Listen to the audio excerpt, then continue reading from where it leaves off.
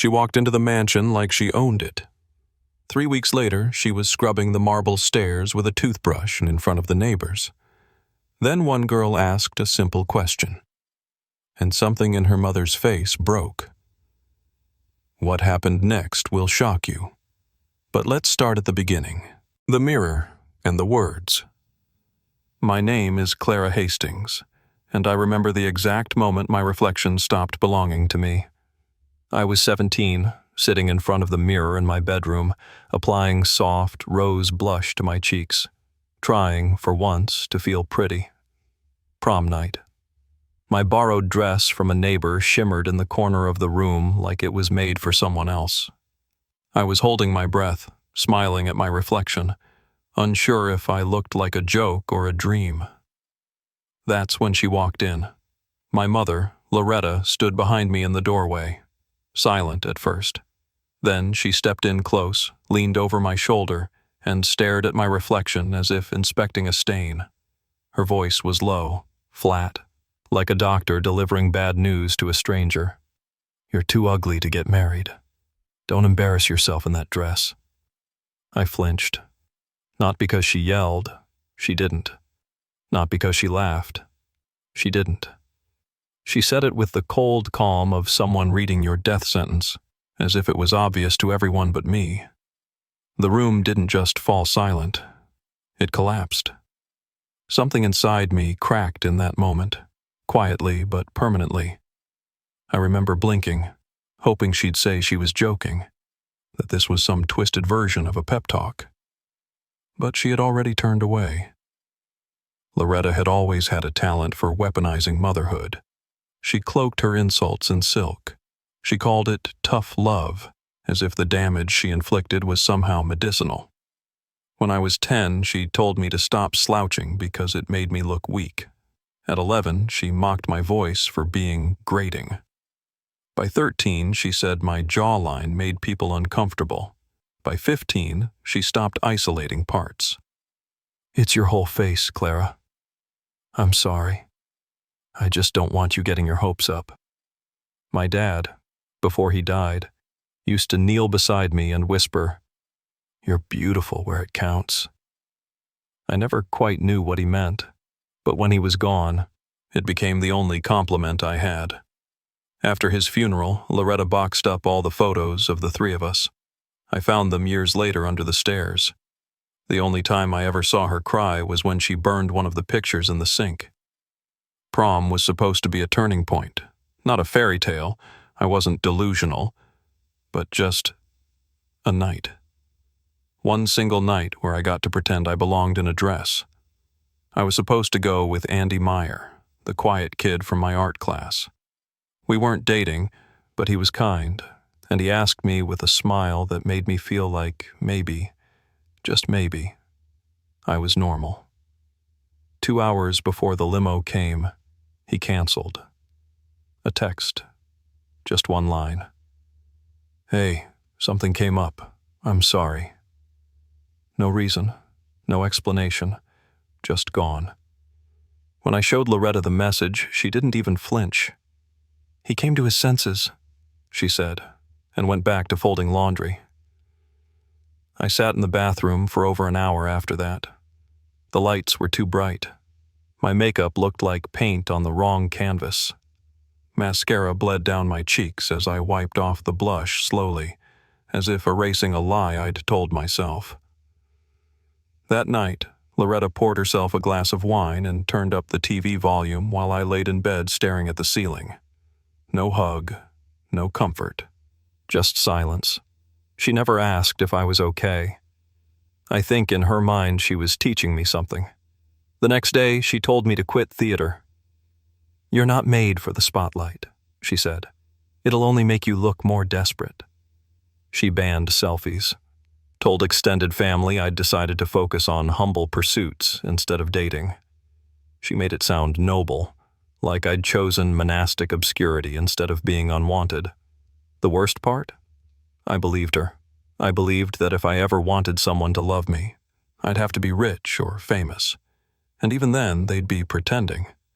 That maybe my best-case scenario was being alone, but powerful enough that no one could say it to my face. So I stopped trying to be beautiful. I started trying to be unstoppable. And that's when everything changed. But not in the way she ever expected. Beneath the surface, I left home on my 18th birthday with a pillowcase full of clothes, a cracked iPhone 5, and a used Toyota Corolla that coughed every time I turned the key. No hugs, no goodbyes, just Loretta watching from the porch, arms crossed, sipping lukewarm coffee from a chipped mug that read "World's Toughest Mom." She didn't try to stop me. In fact, her final words were, "Let's see how far that face takes you." No college, no inheritance, just a brain full of ideas and a heart so full of fury it buzzed in my ribcage like a trapped hornet. I drove west until I ran out of gas money, landing in a forgotten corner of Ohio, Akron, industrial, gray, and invisible, just like me. I slept in the back seat of the Corolla for the first 2 weeks, parked behind a laundromat that played Spanish radio all night through cracked speakers. The cold made my teeth chatter like dice in a cup. Eventually, I found a storage unit with a leaky roof and no heat. The landlord looked the other way for cash. I ran an extension cord through a hole in the metal door, feeding it from the Chinese takeout place next door. If I tripped the breaker, they yelled in Cantonese. If I didn't, they fed me rice at closing time. During the day, I cleaned bathrooms at a gas station off I-77. At night, I lived online. I taught myself Python and JavaScript from YouTube tutorials and scraped PDFs off Reddit. My keyboard came from a thrift store and was missing the K. I reassigned it to the plus key and learned to type sideways. I worked on Fiverr, then Upwork, then private forums where people wanted the weird stuff, scripts that wrote fake reviews, bots that scraped obituaries for names, chat assistants that could sound like your dead grandmother. I took every job. No morals, no judgment, just code. Clean, beautiful code. The only place where logic mattered more than looks. I never showed my face, no webcam, no profile pictures. My avatar was a black square with a blinking cursor. Sometimes, late at night, I'd stare at the screensaver, a blank screen glowing blue, and whisper, "Let's see how far my mind can take me instead." Then came the parser. It started as a joke, a language recognition tool for regional dialects, designed for a tiny Austin-based startup that wanted to sell lawn care packages by how customers spoke. But I saw something more in it. I tweaked the engine to detect patterns in abusive language online, mapped phrases, built filters, layered sentiment logic over neural net guesses. I didn't charge them for the upgraded version. I just released it on GitHub as Ghost Form. 3 days later, it hit the front page of Hacker News with the headline, "Is this the future of online anonymity?" I barely slept for 48 hours. Emails poured in. Investors, NGOs, activists, venture capitalists. Some offered me free office space. Others offered seed money before I had a company name. I called it Ghostform AI, and this time I owned every line of code. We built an identity obfuscation system for survivors of online harassment, domestic abuse victims, whistleblowers, and those who needed to exist without being seen. My software became a firewall between the vulnerable and the vultures. At 24, Forbes put me on the 30 under 30 list. I was still renting a studio apartment with roaches the size of hot dogs. At 26, I signed a deal with a European security firm that acquired Ghostform AI for $47 million. The day the wire hit my account, I walked into the same gas station I used to mop and bought every single lottery ticket at the counter, gave them to the cashier, walked out smiling. I moved to the California coast, bought a house on a cliff with glass walls and eucalyptus trees that whispered through the windows, hired lawyers, set up trusts, vanished from social media, and for the first time since I was a child, I looked in the mirror and didn't flinch. I didn't see a project or a mistake. I saw a weapon, I saw proof, not of beauty, of victory. That's when Loretta called. I hadn't heard her voice in nearly a decade, but there it was, casual as ever, like we'd spoken yesterday. "Still cleaning gas station floors in Ohio?" she asked, half a laugh at the ready. I could hear the TV in the background, probably a crime drama, or Dr. Phil. I sipped my espresso, leaned back in a Herman Miller chair, and said quietly, "No, I bought the building." She didn't laugh. She didn't say anything for a long moment, just static. And that silence, for me, was the loudest apology she'd never give. The mansion deal. The house sat high above the cliffs of Carmel by the sea, wrapped in glass, eucalyptus, and salt air. 6 bedrooms. White stone floors that stayed cool under bare feet. A view so wide you could see the curve of the earth on a clear morning. It was the kind of home Loretta used to cut out of real estate magazines and tape above the kitchen sink. A fantasy taped to greasy wallpaper between passive-aggressive reminders and grocery lists. She used to sigh as she looked at those pages and say, "Some people just luck out." When I bought it, I didn't think of her once, but she found me anyway. She showed up 3 months later, unannounced, dragging a scratched pink suitcase across the marble entryway like a battered trophy. "My apartment had mold," she said, "and the landlord's a drunk. I figured I'd stay here a while, just until I get things sorted." Not a word about how I got there. No congratulations. No, "I'm proud of you." No curiosity about the rooms, the awards, the framed letter from Forbes hanging discreetly in the study. She didn't walk in like a guest. She walked in like an heir. I watched her take off her shoes, slip them neatly by the door, and exhale like she'd finally come home. That same familiar sense of entitlement, like the world owed her comfort, and I was just another piece of the furniture rearranging itself to suit her mood. She commented on everything. "Brave of you," she said about a portrait of me on the hallway wall, a photo Vogue did where I looked half wild, half euphoric. "Interesting choice," she muttered, fingering the hem of my cashmere robe. "Your wardrobe is very strategic," she said over lunch, eyeing my minimalist black jumpsuit. "Clever, really. Keeps the focus off your face." I let it slide. For a while. I told myself I could survive it.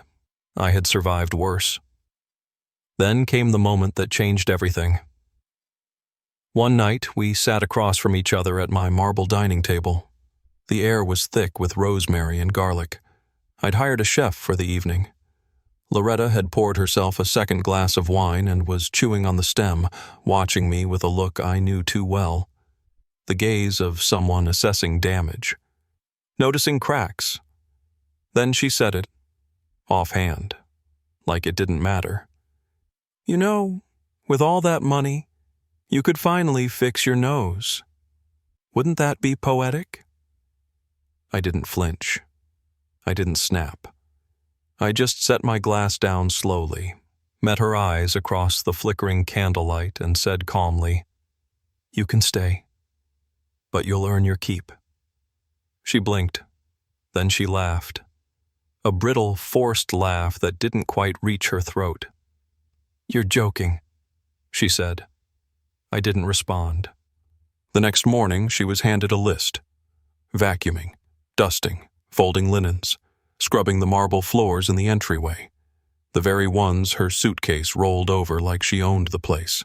At first, she did it with theatrical disdain, sighing loudly, slamming cabinets, muttering under her breath about ungrateful daughters and modern narcissism.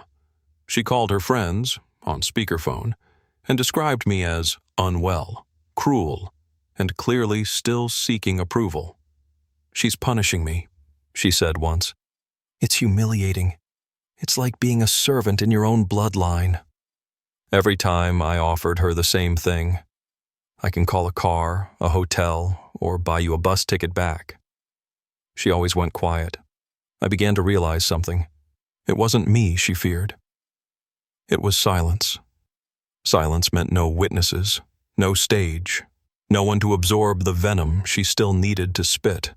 In that mansion, with its echoing halls and reflective floors, she could still perform indignation, still play the martyr.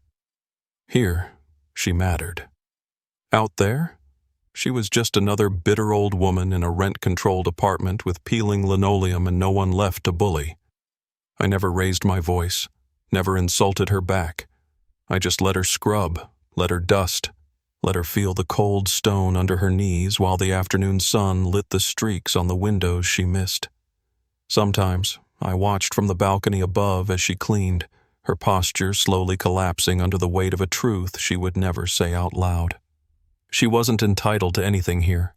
Not my money, not my forgiveness, not even a thank you. But I gave her something better. Perspective.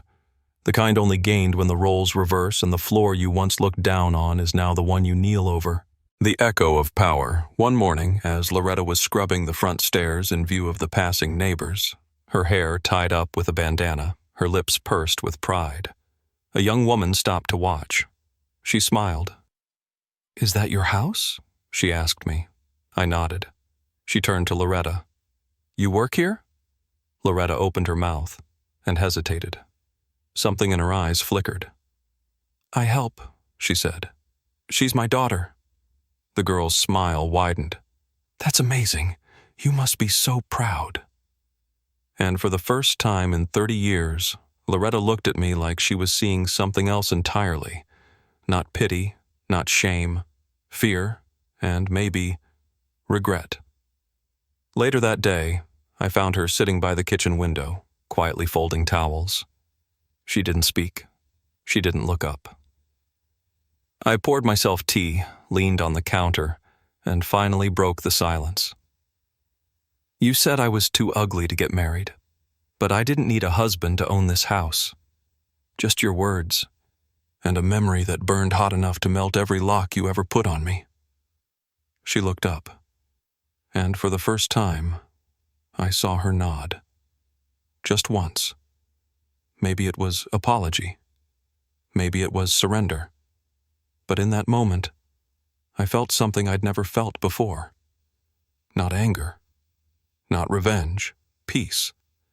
And that, more than any house, company, or dollar, was the real triumph.